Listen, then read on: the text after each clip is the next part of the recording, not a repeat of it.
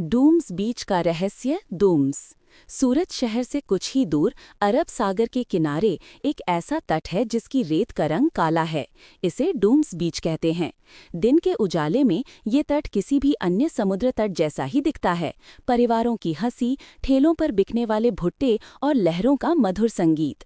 लेकिन जैसे ही सूरज डूबता है, ये जगह अपनी पहचान बदल लेती है और एक गहरा, अनसुलझा रहस्य यहाँ की हवा में घुल जाता है। स्थानीय लोगों के बीच ये बात आम है कि सदियों पहले ये तट एक शमशान घाट हुआ करता था।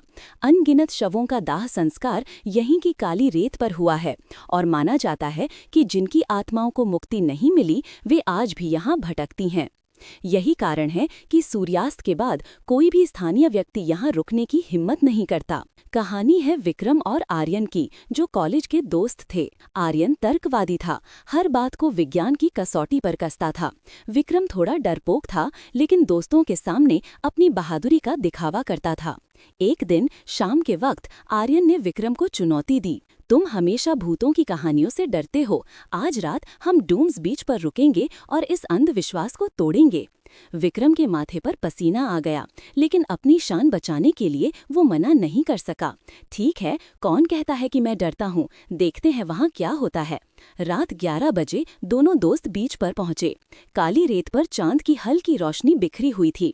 एक अजीब सी खामोशी थी जो लहरों की आवाज को भी निगल रही थी। ऐसा लगा जैसे हवा में सल्फेट और जली हुई लकड़ी की हल्की गंध फैली हुई है। आर्यन ने हंसते हुए कहा, देखो कोई भूत वूत नहीं है, सब मन का वहम है। जैसे ही उसने ये कहा, पास की झाड़ियों से एक कुत्ते के भौंकने की तेज आवाज आई। वो आवाज तुरंत ही दर्दनाक चीख में बदल गई और फिर अचानक बंद हो गई।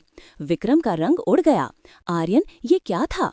कुछ नहीं, कोई आवारा कुत्ता होगा, आर्यन ने खुद को समझाते हुए कहा, लेकिन उसकी आवाज में भी हल्का कंपन था।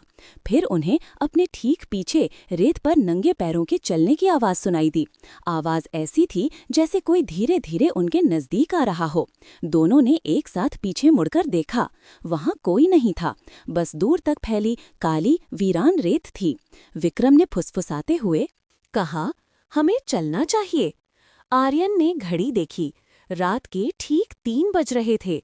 तभी लहरों की आवाज के बीच उन्हें किसी की धीमी, दर्द भरी आवाज सुनाई दी। ऐसा लगा जैसे कोई बहुत दूर से उन्हें पुकार रहा हो, लेकिन आवाज में शब्द नहीं थे, बस एक करुण विलाप था। ये आवाज पहले दबी हुई थी, फिर धीरे धीरे उनके चारों ओर गूंजने लगी।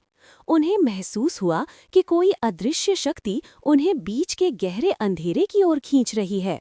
आर्यन, जो अभी तक सब बातों को मजाक समझ रहा था, उसका तर्क अब जवाब दे चुका था। उसने अपनी जेब से टॉर्च निकाली और तेजी से उसे चारों ओर घुमाया। टॉर्च की रोशनी में उन्होंने देखा कि जहां वे खड़े थे, वहां से पानी की तरफ जाने वाली रेत पर बच्चों के छोटे छोटे पैरों के निशान बने हुए हैं।